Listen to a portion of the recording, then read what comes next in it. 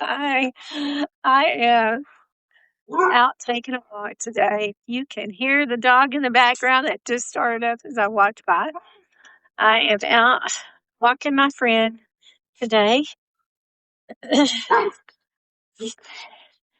as I was walking, I was thinking about the podcast that I recorded this week. And the podcast we talked about a book I wrote on procrastination. And the book talks a lot. Well, we talked about procrastination and getting from being stuck to start it up again, from being stuck in a mode of procrastination. And one of the things the host asked me was, what do you think causes or is one of the main sources or roots of procrastination? And I really believe it is fear and overwhelm. I'm walking under a tree, just feeling so overwhelmed that you're stuck and you can't move forward and do anything. For some people, it's the simplest thing as just getting up and choosing what to get dressed in the morning, believe it or not. Or, having a lot you've got to do at the office and you can't get it done because you just feel so overwhelmed and you don't know where to start. Well, I think this has become a really huge epidemic in our country, in the world that we live in today, this feeling of being overwhelmed. And I really believe that it comes from all the busyness and the go, go, go and the do, do, do. And our society and what we live in, the expectation is to have everything quick, have it here, have it now, have it right this minute. We have so many things at our fingertips that are just quick. It's just right there, right in front of our face. I mean, we live in a microwave society.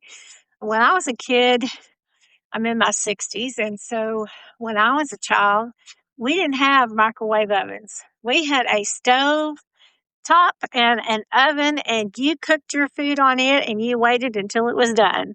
And it could be 30 minutes or an hour, depending on what you're cooking. It didn't take just a minute or two to get something done. And I really think that's where a lot of our overwhelm comes from. Our kids are overwhelmed and their brains are overwhelmed. The expectation of school is to get this done and get that done and get this done and move on to the next thing. And then we wonder why our kids are not learning or retaining what they're learning very well, because the expectation is they got to get this done and got to get that done and move on to this. And everything they do in their life is go, go, go, do, do, do. It's going from this thing to the next thing every day. And I really believe we get to a point that we're so overwhelmed that we just get stuck. We get frozen in a place. Oh my gosh, I've got so much to do. I just don't even know where to start. I don't know where to even go from here. And this is something that I have seen in school when I was teaching school and just working with the young adults and high school students, kids that have gotten out of college, even adults have talked to me about being stuck and they don't know how to move forward. They're stuck in their life with their finances or their job or their career, and they don't know how to go from one day to the next. And I really think it's just because we go and we do, and everything is so fast, and our brain is working on overdrive all the time that we don't know how to just take a rest.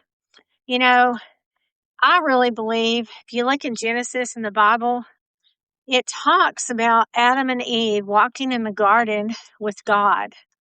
It doesn't say they were running, they were on hyperdrive, they were going and going and going and doing.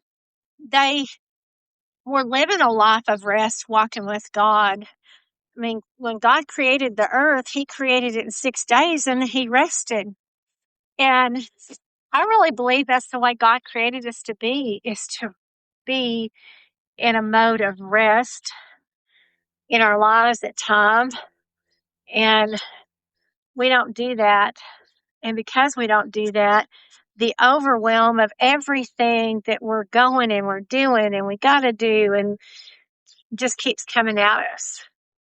And our brain doesn't get an opportunity to just rest.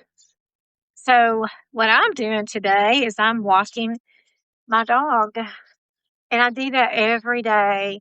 And yes, the dog needs to go for a walk, but he gets out and he walks and he sniffs and he takes his time to just listen and look around and see what's going on everywhere. And I say he's nosy, but the reality is he's kind of taught me some things that I need to just take the time myself to take it all in as he and I taking our walk, to take in all the things that God created, the trees and the birds and the, believe it or not, the peace and calm when we don't have all the cars driving by.